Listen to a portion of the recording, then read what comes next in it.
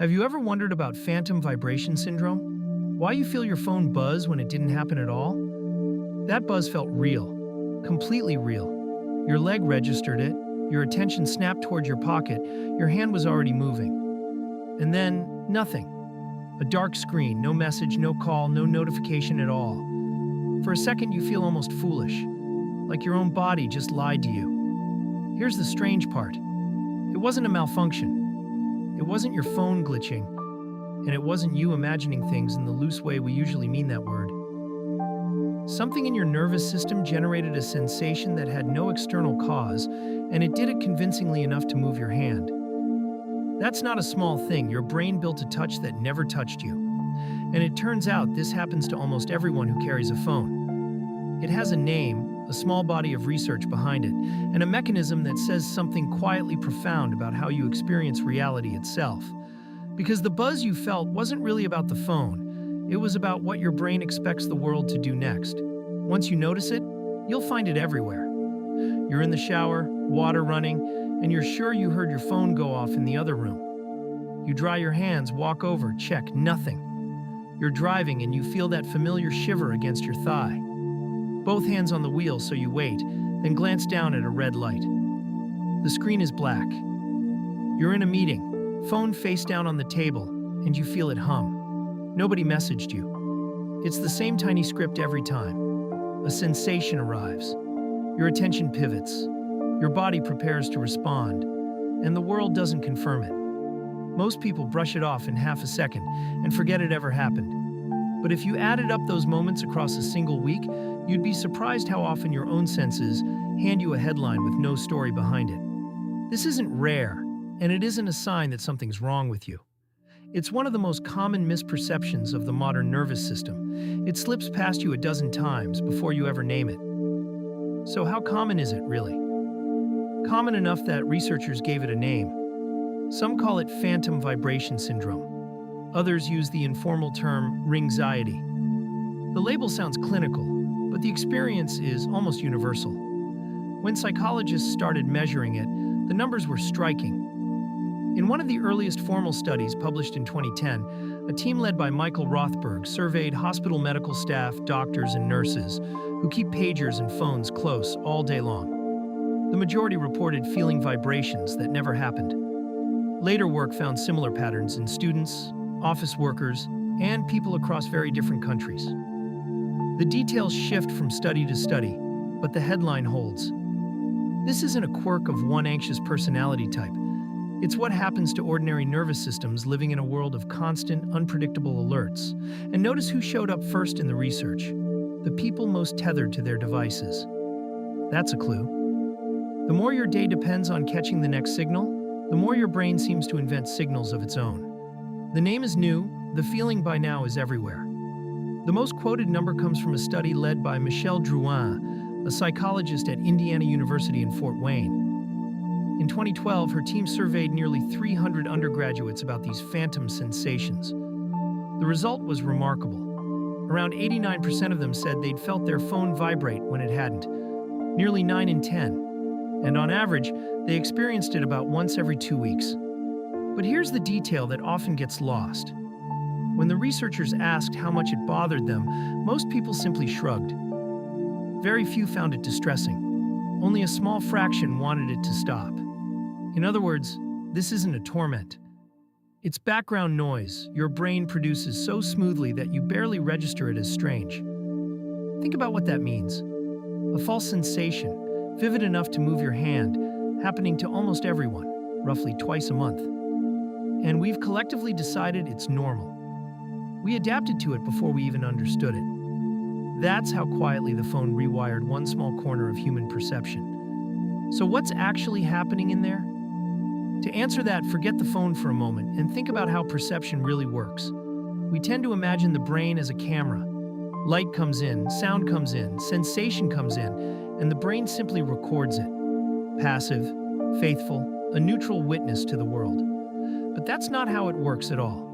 Your brain is not a recorder. It's a prediction machine. At every instant, it's building a model of what it expects to happen next. And then it checks that model against the flood of signals coming from your body and your senses.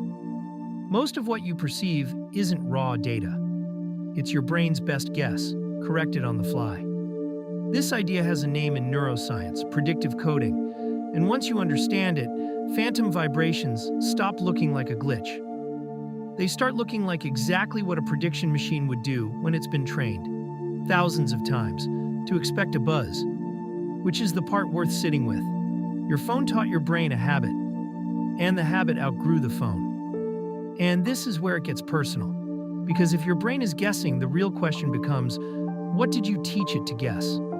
Every time your phone buzzes and you feel a small hit of relief or curiosity or connection, you're training a pattern. Buzz means someone reached for you. Buzz means you matter right now to somebody, and you check it constantly. Some estimates put the average person's phone checks well over 100 times a day. That's hundreds of tiny lessons every single day, teaching your nervous system that a vibration is coming and it's worth reacting to. Now here's the unsettling part, the thread to follow for the rest of this. Your brain got so good at predicting the buzz that it started producing the feeling before the buzz arrives. The prediction became the sensation. Which raises a stranger question. If your body can manufacture a touch this convincing out of pure expectation, how much of everything else you feel is really out there? And how much is your brain filling in the blanks? Let's slow down and watch the mechanism work. Your body is never actually silent. Under your clothes all day, there's a constant hum of physical noise. A muscle twitches in your thigh. Fabric shifts as you move. Your pulse presses against a seam. A chair transfers a faint vibration up through the floor. Normally, your brain filters all of this out as meaningless. It's just the body being a body. But you've trained it to hunt for one specific pattern, the short, rhythmic pulse of a phone alert. So now it's scanning that background noise with a bias. It's looking for the buzz. And when a random twitch happens to roughly match the shape it's expecting, the brain does what prediction machines do. It rounds up. It takes an ambiguous signal and snaps it to the nearest familiar meaning. That's the phone. And in that instant, you don't feel a muscle twitch. You feel a notification. The raw sensation was real. The interpretation was invented. And here's the quiet punchline. Nothing about your phone changed. Only your expectation did. The buzz lived in the prediction all along. Here's the part that flips the whole thing around. We usually think of hallucination as something broken, something that only happens when the mind goes wrong. But phantom vibrations are, in a mild and specific sense, a genuine perceptual illusion, and they happen in completely healthy brains. Researchers describe them as a kind of tactile misperception, not a symptom of illness. The same machinery that lets you catch a ball before you consciously see it arrive, that lets you read a smudged word by guessing the letters, that fills the blind spot in your vision so seamlessly you never notice the hole. That same brilliant predictive machinery is what buzzes your leg when nothing's there. It's not a malfunction of the system. It's the system working exactly as designed, just pointed at a phone. The very talent that makes your perception fast and fluent is the talent that occasionally lies to you. You can't have one without the other. So maybe the word hallucination is misleading. This is not the mind failing, it is the mind guessing well, and occasionally too fast. So what does this quietly cost you day after day? Each phantom buzz is a small hijacking of attention. Your focus lifts off whatever you were doing, the conversation, the work, the book, the person across from you, and turns toward a device that didn't call. Even when you realize the mistake in half a second, there's a residue. Psychologists have shown that switching attention, even briefly, carries a lag before you fully return to the task. Now multiply that by every real notification, every phantom one, every reflexive check across an entire day. You start to see the shape of it. It's not that any single buzz matters.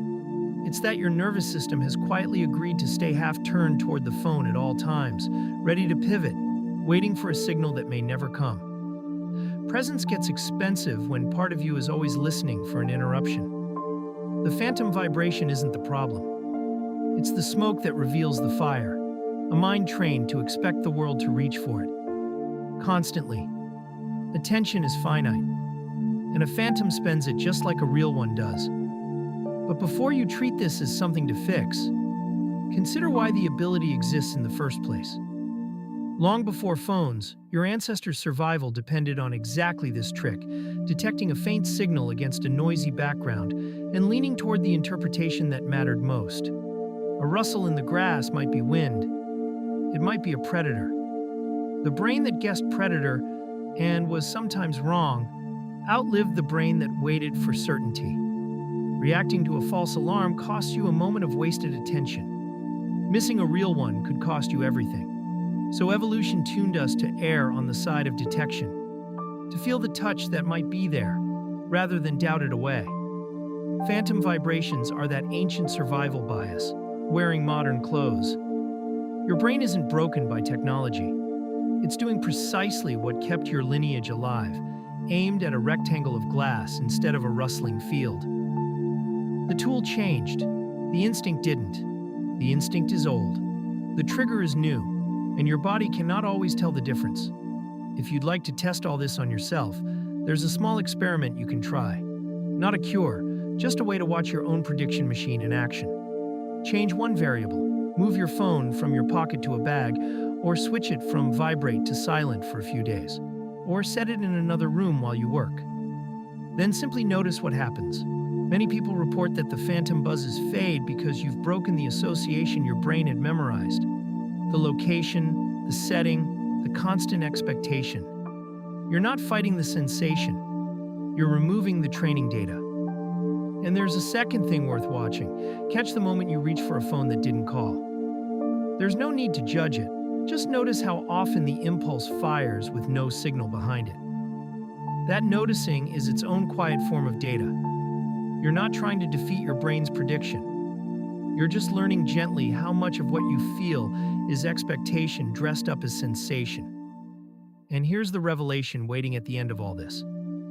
Phantom vibration syndrome was never really about your phone. It's a small, harmless window into the largest truth about being human. You don't experience the world directly. You experience your brain's prediction of it, updated by the senses, but always a guess first.